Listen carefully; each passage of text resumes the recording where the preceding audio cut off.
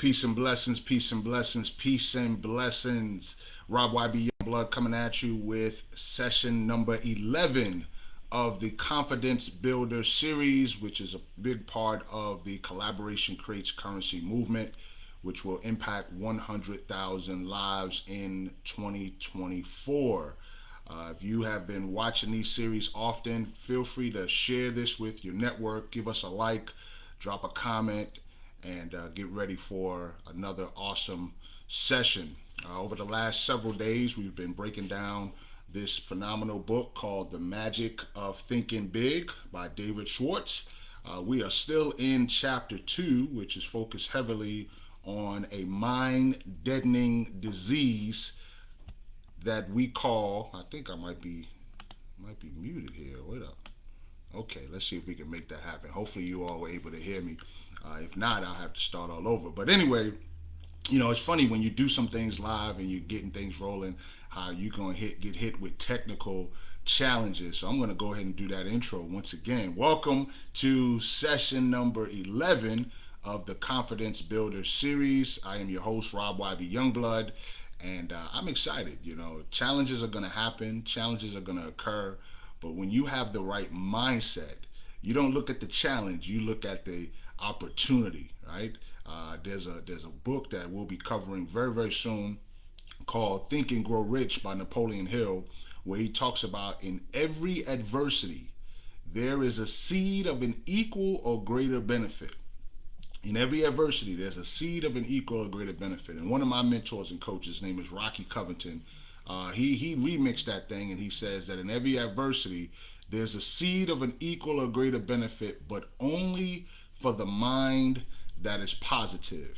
And so you got to have a positive mindset to be able to see beyond the adversity. So my mind adversity is that my computer was muted, and so therefore you might not have heard me in the beginning. But anyway, we are breaking things down in the magic of thinking big. We talked about the mind-deadening disease, excusitis. We talked about health excusitis. We talked about age excusitis. We talked about intelligence excusitis. These are things that unsuccessful people get affected by, whereas successful people are vaccinated from. And so when you read this book, you'll gain some insight and information. Obviously, you can watch the past sessions of the Confidence Builder series and gain some insight, or you can get your copy of The Magic of Thinking Big.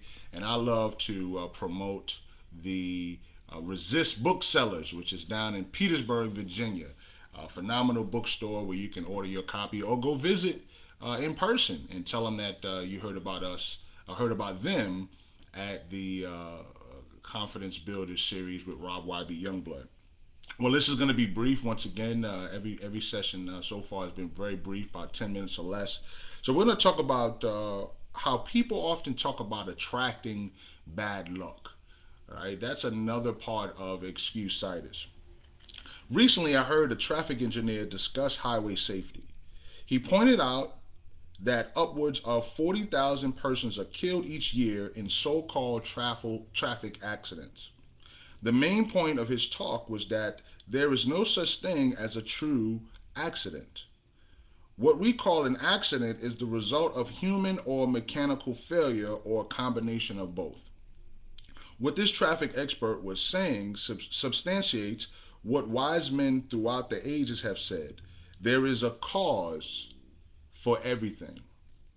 Nothing happens without a cause. There is nothing accidental about the weather outside today.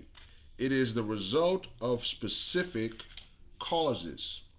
And there is no reason to believe that human affairs are an exception. Yet hardly a day passes that you do not hear someone blame his problem on bad luck. And it is a rare day that you do not hear someone attribute another person's success to good luck. Let me illustrate how people succumb to luck excusitis. I lunched recently with 3 young junior executives. The topic of conversation that day was George C., who just yesterday had been picked from among their group for a major promotion. Why did George get the promotion? These three men dug up all sorts of reasons: luck, pull, bootlicking, George's wife, and how she flattered the boss. Everything but the truth. The facts were that George was simply better qualified. He had been doing a better job. He was working harder. He had more effective personality.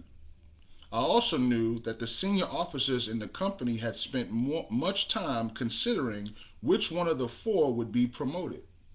My three disillusioned friends should have realized that top executives don't select major executives by drawing names from a hat. I was talking about the seriousness of luck excusitis not long ago when a sales executive of a machine tool manufacturing company, he became excited about the problem and began to talk about his own experience with it. I've never heard it called that before, he said, but it is one of the most difficult problems every sales executive has to wrestle with. Just yesterday, a perfect example of what you're talking about happened in my company. One of the salesmen walked in about 4 o'clock with a $120,000 order for machine tools. Another salesman, whose volume is so low he's a problem, was in the office at the time. Hearing John tell the good news, he'd rather enviously congratulate him and then said, "Well, John, you're lucky again." Now, what the weak salesman won't accept is that luck had nothing to do with John's big order. John had been working on that customer for months. He had talked repeatedly to a half dozen people out there. John had stayed up nights figuring out exactly what was best for them. Then he got our engineers to make preliminary designs of the equipment.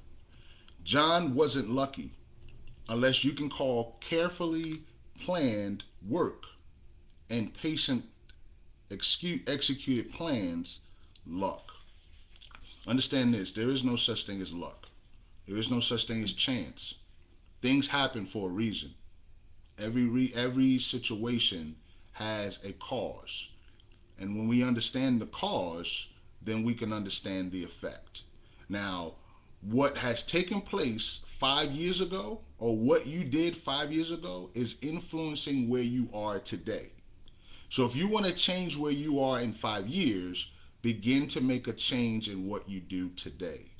Create your own luck by being prepared. Create your own luck by strategizing and analyzing the steps that you need to take to get from where you are to where you need to go. Now, you may not know how it's going to come about, but I guarantee you, if you tap into mentors, mindset, and methodology, you'll put yourself in a position that whatever happens for you, the outside world will call it luck, but you'll know that it was all preparation.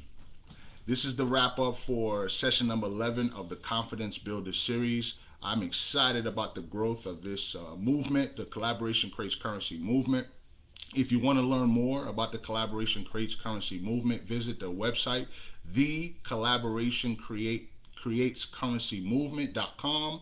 And if you haven't gotten your copy of Collaboration Creates Currency yet, go to collaborationcreatescurrency.com to place your order, or you can order your book from Resist Booksellers. We also have copies at Zoe Bookstore and the bookstore at Faith Landmarks Ministries. I am so excited about the growth of this, and I'm grateful for your time being with me today. Feel free to leave your comments, share, like, and make sure to continue to follow us. We'll be here tomorrow for another session of the Confidence Builder series. Be encouraged, be blessed, but most of all, be faithful over the gift that you've been given. And remember, your gift will make room for you. We'll see you tomorrow. Peace.